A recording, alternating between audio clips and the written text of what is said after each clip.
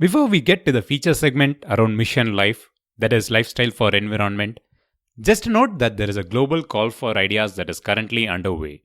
You can submit your ideas at the link given in the description of this episode. The deadline is 31st of December 2022. Now let's get to the feature segment.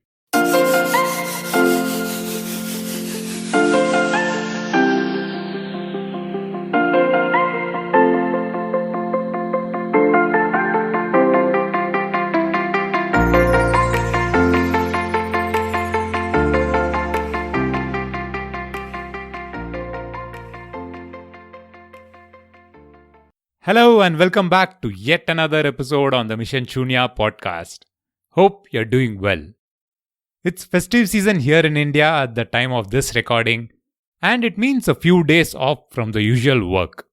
The best part about working in the sustainability space is that it is mainstream now, and I can't help but get into conversations with my wife about the range of topics around this theme from time to time. We got into a casual conversation about a major event that the Indian government organized recently that got world leaders on stage, including the UN Secretary General. The launch of LiFE movement. LiFE stands for Lifestyle for Environment. At the premise, it looks like a positive and wonderful nudge-based action item, something we do on this podcast, like suggesting small action items towards the end of each episode. On this occasion, the document that was released had 75 action items under different categories. We usually take some small step like these, so we started discussing them and it got really interesting. So I wanted to open it out to a wider audience, which is the loyal listeners of Mission Shunya podcast. Of course, all new listeners are equally welcome at all times. Before we get into more about the LiFE movement, a big welcome back to Premasri. Hi, I'm glad to be back. So now on to the LiFE movement. The big stats. It's a mission life, mission lifestyle for environment. Nudge everyone to be what is called P3 model, Pro Planet People. Well, wonderful short form of P3. It's about global positioning of India for the last few years, since from around the time of COP21 in 2015 in Paris. The Indian government has been positioning to be a global leader in climate action, largely building on the ancient Indian text which has lines like, "Those who protect nature, nature protects them," etc. Mission LiFE aims at following a three-pronged strategy for changing our collective approach towards sustainability. First, by nudging individuals to practice simple yet effective environment-friendly actions in their daily lives. That is the demand side of things. Second is by enabling industries and markets to respond swiftly to the changing demand by nudging them. That is on the supply side. And finally, is to go to the top level and influence government and industrial policy to support both sustainable consumption and production. The period for this mission is between 2022 to 2028, and the target audience is about 1 billion as a minimum, majorly in India, but the objectives and action items appeals to a wider global audience, and hence a global leadership community was invited for the launch. This entire LiFE movement is being branded as a global one, and as we run past the major action items, you will understand why it is likely to appeal to a wider global audience as much as in India. So by and large, we know that our consumer mindset is one of the reasons for the overall problem around increased carbon emissions. True. According to the United Nations Environment Programme, even if 1 billion out of 8 billion people worldwide adopt environment-friendly behaviors in their daily lives, I think global carbon emissions could drop up to 20%, right? Yes, in fact, as the report released as part of the LiFE program suggests, significant cost savings in multiples of hundreds of billions by 2030 is possible if principles around the circular economy are followed. An interesting part of the launch was the listing of the 75 action items across 7 categories, which we are going to discuss in detail. Yes, the list is very simple if you read it line by line. It feels like very simple and you could probably be feeling to hit all the 75 of them. So that's the best part of this list.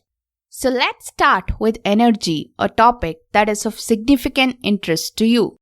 Well, yes, energy is of great interest to me, and simple action items like the ones we have mentioned earlier in the podcast, like replacing existing bulbs with LEDs, setting the AC temperatures to 24 degrees Celsius, using pressure cooking appliances, etc., are listed in the document.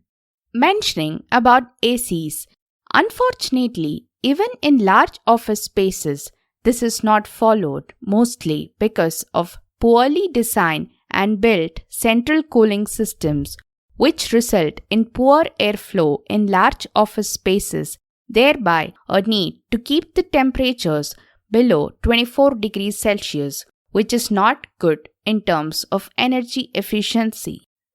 The list under energy also suggests use of EVs. Yes, we again advocate the use of EVs regularly. And in fact, we did speak about it in detail in an earlier episode about how we went around the decision of buying an electric vehicle. Well, that's an interesting topic in itself, so we will leave it to the audience to listen to the entire conversation directly on episode 84. By the way, that was at 1000 miles, but we are close to 3000 miles now, and we have absolutely no issues with it. That's true. There is also an action point in the energy section around defrosting fridge and freezer regularly. We had issues with the refrigerator recently, right? Oh yes, we had. Although our refrigerator is a frost-free model, which technically means we don't have to do the regular defrosting, which is cleaning the fridge up and keeping it open for a period of about 1 day. Ours is a 5-year-old product, and I suddenly noticed the cooling, or rather the time to cool, increase, which directly means significant energy consumption. So I did some search and called up the service, and they did suggest I try the defrost method. And I did that by keeping the fridge open for a day after plugging off the supply and keeping it clean. Well, I should admit, after the 1 day period, the cooling increased significantly. I mean, it did feel like the fridge was working perfectly well, like the first time we purchased it. So it's actually a good practice to do that for all types of refrigerator frequently. In worst case, at least try doing it for once a year. Well, we should also talk about points in the list that we don't do, right? Like, for example, using stairs instead of elevators or lifts wherever possible. Well, true. It's a valid suggestion in the list, but we don't follow it diligently. So maybe yes, we should talk about it, and we should also try to be more conscious about it in the future and do it more. Let's move to the next section in the list, under water. A few of the points around water are about crop cultivation and irrigation, which is a big consumer of water in general. So no doubt there is significant potential to save water there. But here again, there are points mentioned like fixing leaky pipes and taps, something we talk about regularly on the show. We have also in fact spoken about water meters, so measure every drop to act on water wastage. A point in water savings that is very dear to you, where you ensure that we regularly follow, is also mentioned about the drained water from RO. Well, yes, I make it a point to ensure that everyone follows the principle of using a pot or a container to collect the drained water whenever we switch on the reverse osmosis based water purifier. Well, of course, there are positives about the RO based purifiers, but one big negative is the excess water to be drained. Nearly 1 portion of water is drained for every 1 portion of water that is purified. So we usually collect the water and use it for cleaning, etc. The third section is around plastics, particularly single-use plastics. Suggestions like using cloth bags instead of plastic is something we practice. Well, plastics again is a topic that we have covered in varied depths across a few episodes on this channel. And India is one of the few large global economies to actively ban the use of single-use plastics from earlier in 2022. Plastics for packaging is a big issue, and glad to see that as an active suggestion to look for alternatives for that. Well, technically, replacing plastics in packaging is a very crucial action item, but unfortunately, it is not entirely replaceable at this point. Plastics do serve a good purpose in packaging, especially the food and other perishable items. It gives it a long life and helps it reach a wider community. Well, talking of non-biodegradable items in the list like plastics, there is an alternative that is suggested, which I think you are better positioned to answer. That is the use of menstrual cups instead of sanitary napkins. Is it a viable option? Use of plastics for sanitary napkins is a big challenge, and there are alternatives like the menstrual cup that I've started to use. Well, it's a very good alternative. It preserves the hygiene, and yes, there is initial discomfort and it takes some getting used to. But finding comfortable alternatives to this, and even baby diapers, will be of significant value if we have to solve this problem around non-biodegradable. The next subsection in the list of action item lists about 6 actionable items under adopting sustainable food systems, like the use of millets. Millets are again good in a way that it consumes less water for cultivation and is a less energy intensive crop. Again, you are a patron of millets too. Yes, I started with millets because of the dietary side of things. It is a balanced nutrition and it's locally grown and offers a wide range of varieties. It is increasingly getting popular around the world, and if you haven't tasted it yet, you should definitely try to get it and enjoy. True, I have to admit I take millet meals very occasionally. Now the 5th section is about reducing wastage. Well, again, waste management, recycling and upcycling is a topic that we cover on the channel from time to time. So if you haven't subscribed, make sure you subscribe to the podcast so that you get notified when the next episode goes live. But you can check the playlist to find out more episodes about this theme around waste management. Yes, the podcast at multiple times has spoken about reduce, reuse and recycle. We do a lot of it at home, but couple of points like converting food waste to manure for gardens is something we don't do because we haven't gotten to the field of gardening yet. But we do know a lot of family and friends who really feel that homemade manure is really good and it reduces your waste disposal too. Fair, that is something that we can definitely aim to achieve in the years to come. Adopt best practices from communities. Talking of communities, the 6th subsection in the list is about adopting healthy lifestyle practices, which is the best indicator of community-based action nudges. The simplest action item that can be taken at a community level is to plant more trees, volunteer in cleanup drives, etc. Talking of leading such activities, we can think of 2 stories that we have featured long time back. One is about Kapil Sharma from Save Trees, and another one is led by Jacob and team from Terra Generation. Oh yes, Terra Generation is the same team behind the artworks you see on the channel.